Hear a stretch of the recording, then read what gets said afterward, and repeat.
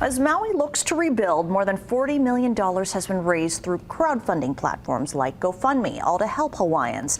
A Vegas family says it's been a valuable tool to get immediate financial help to people who still need basic necessities. Fox 5's Alexis Fernandez has the story. Maui native Kim Brunstad says she has felt helpless watching the wildfire tragedy unfold from so far away. Overwhelming emotions. My mom is safe. That's the most important part, right? That's what I'm grateful for. She's with my aunt in Wailuku, which is on the other side of the island. Her mom, Kim Wing, and her aunt, Nina Tang, were able to escape from the wildfires in Lahaina, but their homes did not survive. It's just destroyed.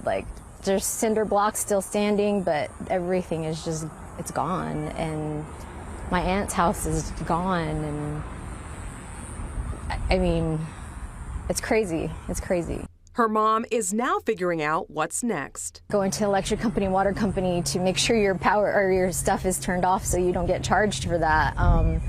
There's things that you don't think about that you would need to do because you just lost everything. So she'll probably come here for a few months and then decide what she wants to do after that. Brunstad is also among countless Hawaiian families in Vegas that are turning to crowdfunding platforms to get them diapers or clothes or shoes, whatever they need, medicine, pillows, just the little things that we don't think about that, we get to sleep on our comfortable beds tonight, but they don't.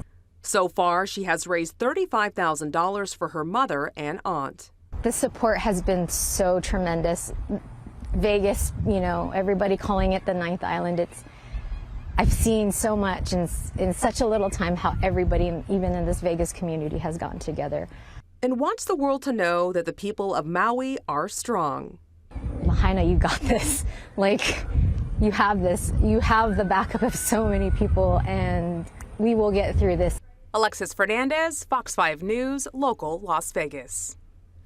Brunstad says her mother's house was paid off, but she did not have homeowners insurance.